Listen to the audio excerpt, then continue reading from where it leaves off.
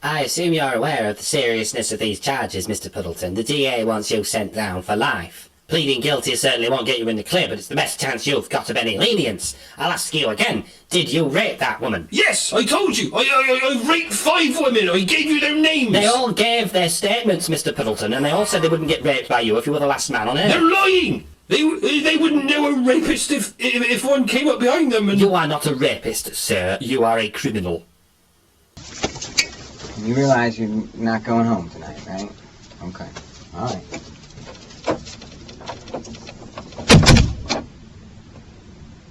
All I said was I wouldn't even rape her.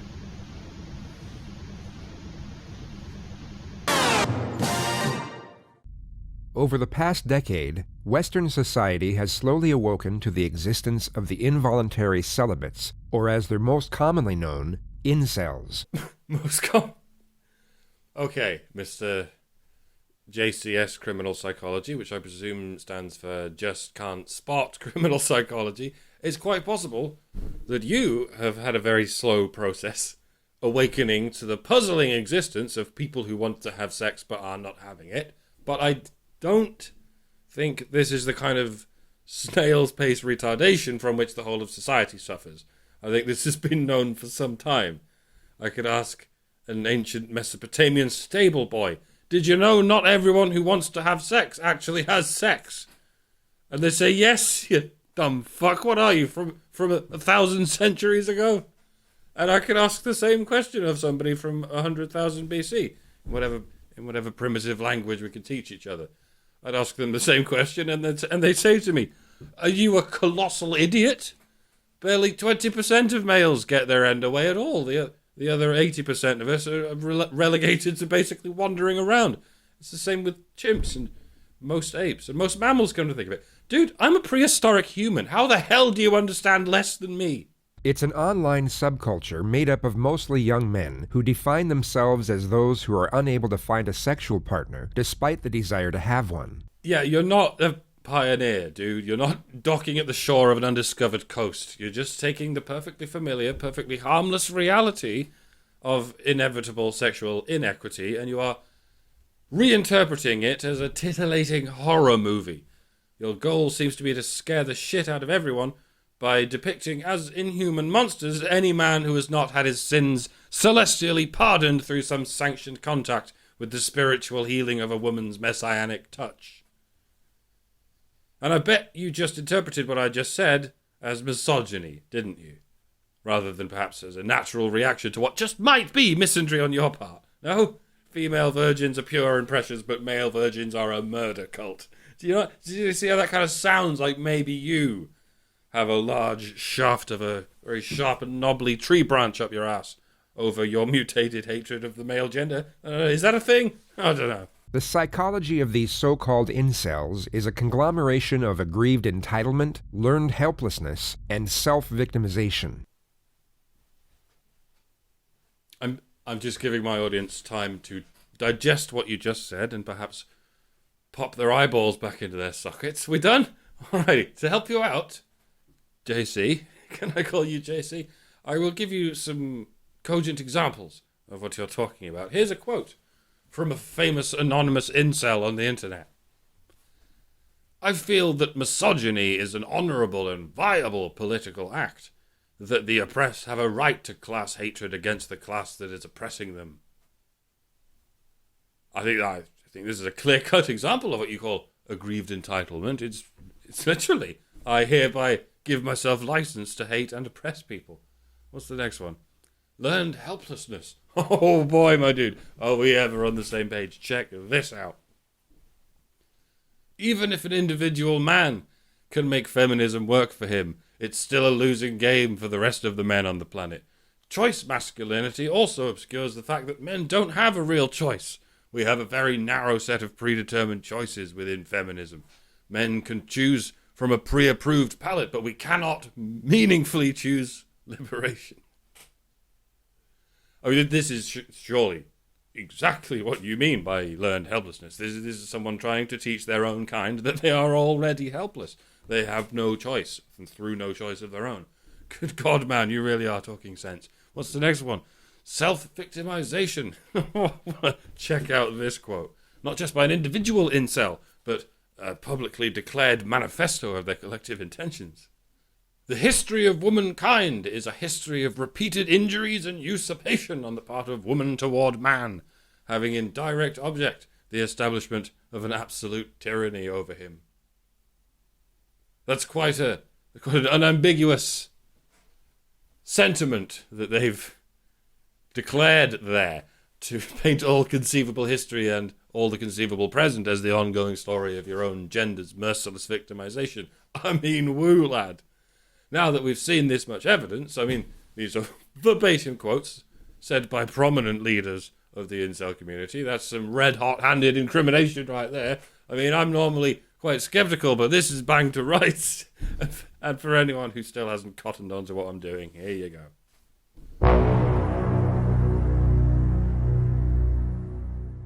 Oops, that was Robin Morgan, a prominent and published feminist.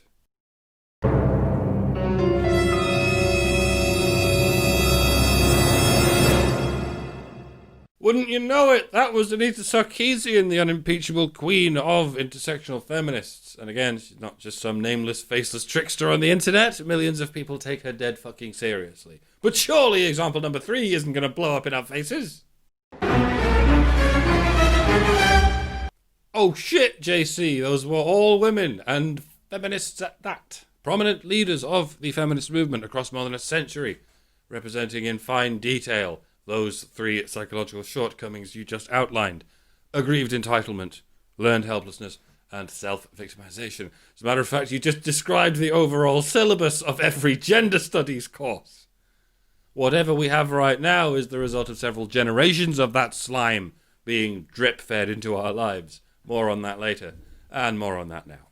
They refuse to accept that women have the right to be choosy and selective about their partners, that unlike earlier eras, they now have the power to use their own preferences as a guide before starting a relationship.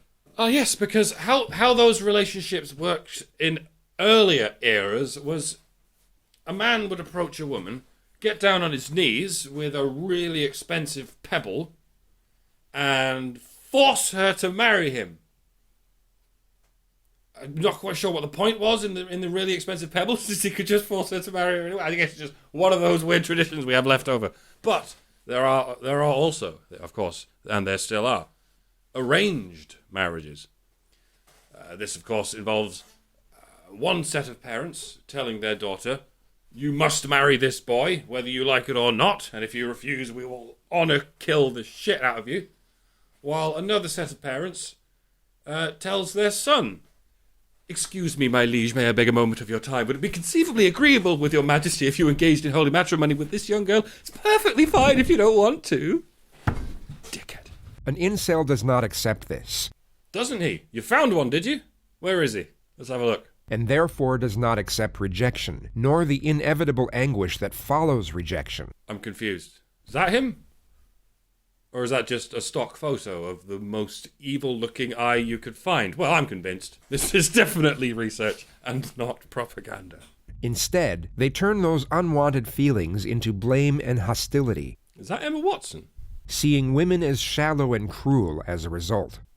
Kind of looks like her, from the eyes up anyway. She's an incel, isn't she? Yeah. What, she self-partnered. How's that different? Does self-partnered mean you don't want to be partnered? Because do you see how that contradicts itself? If you don't want a partner, then by definition you can't be self-partnered. Calling yourself self-partnered is admitting that you want to be called partnered, and simultaneously admitting that you are not partnered. It conveys the same 2 pieces of information as involuntarily celibate. Hey, do you reckon Emma Watson resents men for having their own choices and not choosing her? Do you reckon she hates men like openly and brazenly, and that's why none of them will touch her with a drone on the end of a shitty barge pole, let alone fuck her. Good-o. I think the incel movement has found its leader. An incel does not have the inner strength to do this. Their psychological resilience is too weak to withstand the initial blow, which is the reason they choose to deflect it altogether. And this gives the subculture the potential to be extremely dangerous. If you think you are entitled to love and affection, when you don't get it, anger and resentment will likely arise. Nothing more than a feeble, wretched, and duplicitous coward. You will not see a shred of remorse, nor a single attempt to mask the horror. Great video, mate. I really appreciate how you didn't exploit any tragedies or anything. I think I'll leave you there. You know, I've seen so many videos from so many creators sort of giving their tentative advice to what for some reason they call incels, saying here's what your problem is, here's what you should do, etc. And see, none of this existed 5 years ago. None of this existed any time in history before those 5 years ago, because there was no such concept as an incel. Before this threat narrative existed, it was just guys who wish they could get laid more. That was something that didn't require public service announcements. You just got advice from your friends and family and maybe some kind of counsellor. Since you're an individual and your case should be approached on an individual basis. But this appears to have changed now. If you're a man who wishes he could get laid more, you're in a group, a collective, whether you like it or not. A collective being vilified by abundant propaganda. So now it seems like some kind of emergency that we have to try and tell all or most of these undersexed men what is the best advice for them. And it's impossible. Because they're all different. Undersexed men are no more a collective with significant similarities than people who can't find their car keys in the morning. There's no universal or even general answer you can give to people who can't find their car keys because they've left them in completely different places for completely different reasons. You could say, try and retrace your steps. Yeah, I can't, dickhead. If I could, I would have found them by now. The only other advice you could give is why don't you look everywhere in your house? Have you tried triple checking every square inch of your home? Like turn over every piece of furniture, unscrew every cupboard and every door and shove the whole lot into a corner. If you still can't find your keys, do it all again and shove it into a different corner. Maybe you left them outside. So go outside and explore every square inch of the outside world. This is all bollocks. You cannot help these people with general advice. You can only help them if you know them, if you're familiar with their individual habits, and preferably if you actually spend any time with them. My only advice regarding what people are calling incels is you're all suckers for agreeing to adopt the word in the first place. It is a piece of propaganda. The concept itself is only making whatever problem already exists much worse. And for what it's worth, I'm not in favour of using shame as a solution for this problem. And I'm by no means averse to shaming people for brazenly saying stupid shit. It's pretty much what I do for a living. But I don't think shame helps the people who, in all probability, are already very ashamed of themselves. And I really don't like the idea of shaming people for not having children. And not just because I believe the only ethically airtight option for preventing overpopulation is to at least refrain from shaming non-breeders for their life choices. Forget all that. I'm not even talking about anything environmental. I mean, in and of itself, shaming people for not having children is tantamount to shaming people into having children. Think about it. One day, your kid's going to ask you, so why did you decide to have me? What if you had to answer honestly? What if you were on some kind of truth drug and had no option but to tell the truth? For what is already a lot of people, the honest answer would be because we got drunk one night.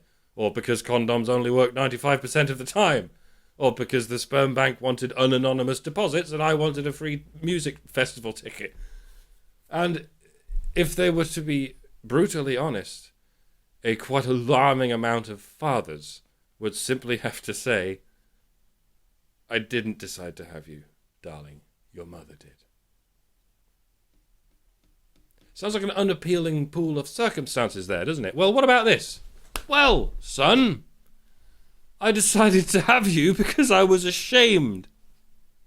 That's right, you're the product of negative emotions, instilled in me deliberately by my friends and family. Isn't that sweet? Isn't that a lovely story? It's a family tradition we have. My parents were mocked into having me, their parents were gaslighted into having them, and their parents were emotionally blackmailed into having them. Goes all the way back. Perfectly normal, perfectly healthy.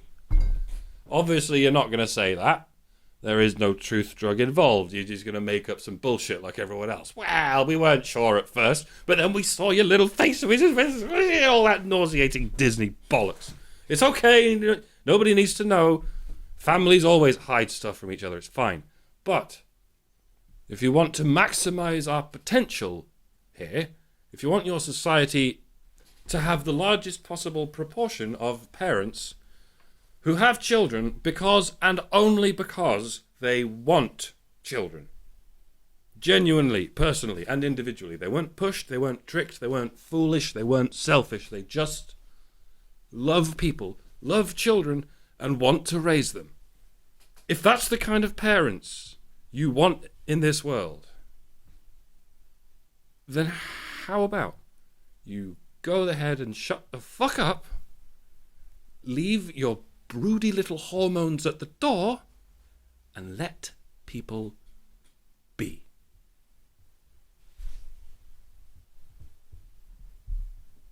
The hardest pill to swallow. Consistency. Goodbye. You know what